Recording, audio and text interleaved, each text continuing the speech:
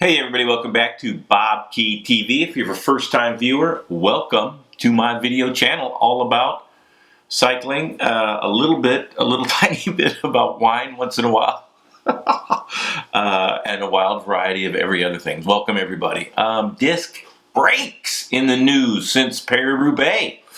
Been a long discussion about whether or not the UCI would allow the use of disc brakes in professional cycling. In the last few years, they decided to allow them in the professional peloton starting this year. And the first few months of the season, they've been used infrequently at best.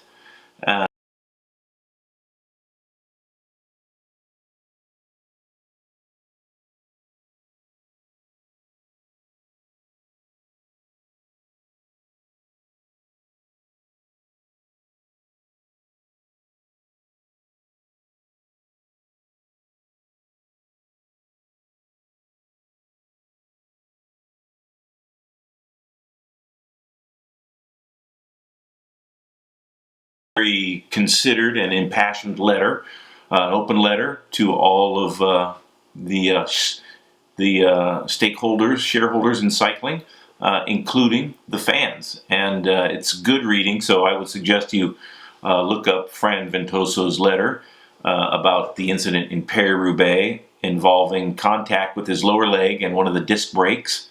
Here's one of the choice lines from it. As I stated before,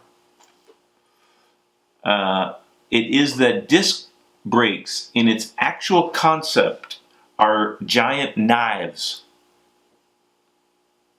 machetes, when crashing or crashed by them at a certain speed. And in some points we reach 80, 90, 100 kilometers per hour. I've been lucky. I didn't get my leg chopped off. It's just some muscle and skin. But you can imagine that disc cutting a jugular or a femoral artery. And there was 2 teams in Paris-Roubaix, so a total of 16 riders had disc brakes. And Fran Ventoso brings up a very good point. What if there were 198 riders furiously battling for position, all of them on disc brakes? That's a total of 396 disc brakes. So that ups the ante considerably. And I would like to, and I hope you guys get to hear me say this more often, I would like to commend the UCI in banning their use post-haste, as of immediately, until perhaps a better solution to the safety of disc brakes can be addressed by the manufacturers and UCI and the Riders Union. And it's nice to report that the UCI has done the right thing, in my opinion, regarding this matter. And disc brakes on motorcycles and mountain bikes have been the norm for many years.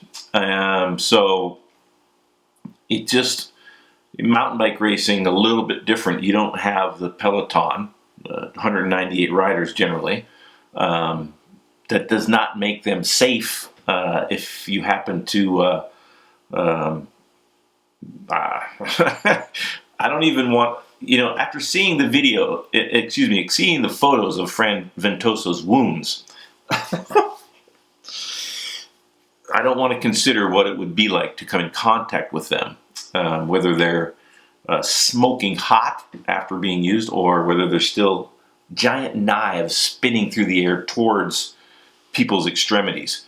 But the UCI, I think, has done the right thing in banning their use, at least for the near future. And if there could be a cover that protects, flesh and bone, that was fail-proof, that maybe would be a possible solution. Bike racing is always going to be dangerous, but there's no sense in making it more dangerous for a negligible gain, theoretically. And I did a video about this when I first started doing videos, and I said it was a bad idea to have disc brakes, at least on certain bikes, and not disc brakes on others. So, until they get the safety about how sharp they are and how much damage they can do solved, it's probably better that they're indefinitely suspended from use in professional cycling. Whether or not they stop bicycle better, there's so many factors involved, and man, I'll tell you this: it's a lot easier to react to the UCI's rules and decisions and processes than be in the UCI. So it's easy to be a pundit and cast aspersions on any sporting governing body.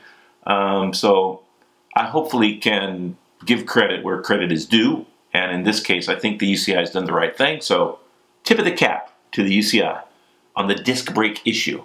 And Fran Ventoso, I hope you get well soon and you're back on the road swinging for the fences. All right, everybody, thanks for your comments, subscriptions, thumbs ups. Love the thumbs ups. Questions, answers. If you got any answers, if you have any opinion about disc brakes in professional cycling, please share them. And follow me on Twitter and Facebook. Thanks, everybody. At that time, the UCI determined that Luca Paolini's drug use, his cocaine positive, was for recreational use, so that Katusha did not have to be suspended. So why is it that now, we fast forward a few months later, why is Luca given an 18-month ban?